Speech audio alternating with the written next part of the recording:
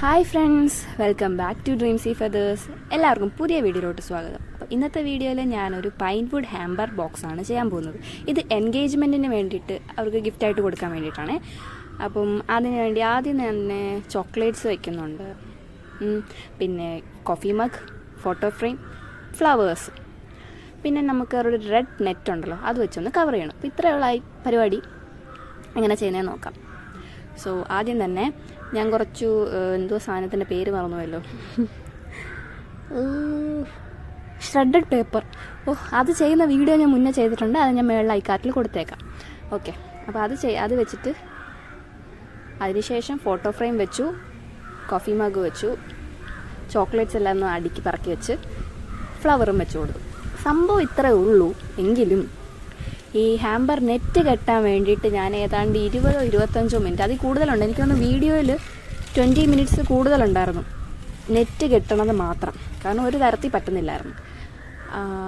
Shape അതായതുകൊണ്ടും അതിങ്ങനെ ഒന്നിച്ച് കൂട്ടിപ്പിടിച്ച് കെട്ടാനൊക്കെ ഭയങ്കര പാടായിരുന്നു.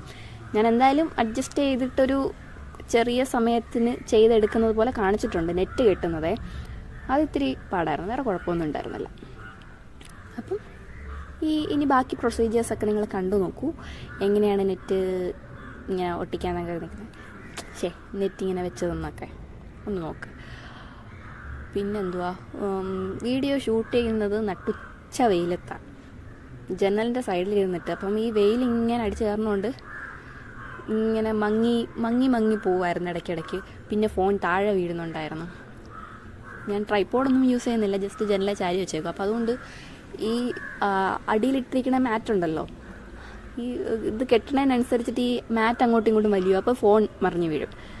അപ്പോൾ അതുകൊണ്ട് കുറേയൊക്കെ എഡിറ്റ് ചെയ്ത് കളഞ്ഞിട്ടാണ് ഇട്ടിരിക്കുന്നത്. അപ്പം എന്താ നെറ്റ് കെട്ടുന്ന പാടെ കുറേ ഉണ്ടായിരുന്നു.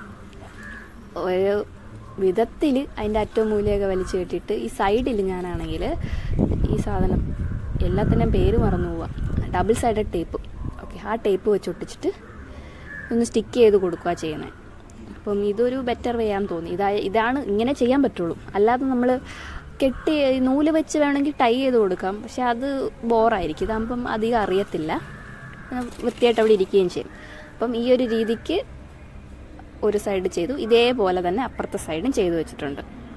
അത് വീണ്ടും കാണിക്കണമല്ലോ, എനിക്ക് തോന്നുന്നു അത്രയും ഷൂട്ട് ചെയ്തുകൊണ്ടായിരിക്കും 20 മിനിറ്റ് കൂടുതലുണ്ടായിരുന്നു. അപ്പോൾ രണ്ട് സൈഡും ഈ ഒരു രീതിക്കാണ് ചെയ്തിരിക്കുന്നത്. ഓക്കെ, അങ്ങനെ അത് ചെയ്തെടുത്തു. അപ്പോൾ ഫൈനൽ ഔട്ട്പുട്ട് എനിക്കിഷ്ടമായി, കാണാനൊക്കെ ഒരു രസമുണ്ടായിരുന്നു. നിങ്ങൾക്ക് എങ്ങനെ തോന്നി എന്നുള്ളത് പറയും.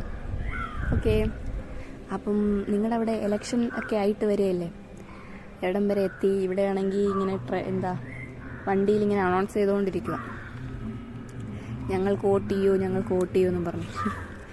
അപ്പോൾ എല്ലാവരും നിങ്ങളുടെ വോട്ടൊക്കെ ചെയ്യുക, കറക്റ്റായിട്ടുള്ള വ്യക്തികൾക്കൊക്കെ ചെയ്തു കൊടുക്കുക. ഓക്കെ, അനൗൺസ്മെൻറ്റ് ഇങ്ങോട്ട് വരുവാണെന്ന് തോന്നുന്നു. ഓക്കെ, അപ്പം ഈ സാധനമൊക്കെ അഡീഷണൽ വന്നതൊക്കെ കട്ട് ചെയ്ത് കളഞ്ഞു. ഫൈനൽ ഔട്ട്ലുക്ക് ഇതാണ്. നിങ്ങൾക്ക് ഇഷ്ടപ്പെട്ടോ? എല്ലാവർക്കും ഇഷ്ടപ്പെട്ടെന്ന് വിചാരിക്കുന്നു. അപ്പം ഇഷ്ടപ്പെട്ട ലൈക്ക് ചെയ്യാനും ഷെയർ ചെയ്യാനും സബ്സ്ക്രൈബ് ചെയ്യാനും മറക്കരുത്. പിന്നെ നിങ്ങളുടെ ഫ്രണ്ട്സിനൊക്കെ ഇതുപോലുള്ള ഗിഫ്റ്റൊക്കെ ചെയ്ത് കൊടുക്കണമെങ്കിൽ ഡ്രീംസി ഫെദേഴ്സ് എന്ന പേജ് മറക്കാതെ ഫോളോ ചെയ്യുക. നിങ്ങളുടെ ബഡ്ജറ്റിനനുസരിച്ചിട്ടുള്ള ഐറ്റംസ് ചെയ്യാൻ ഞാൻ റെഡിയാണ്. സോ നെക്സ്റ്റ് വീഡിയോ ആയിട്ട് വരുന്നത് വരെ ബൈ ഫ്രം ഡ്രീംസി ഫെദേഴ്സ്. ടാറ്റാ.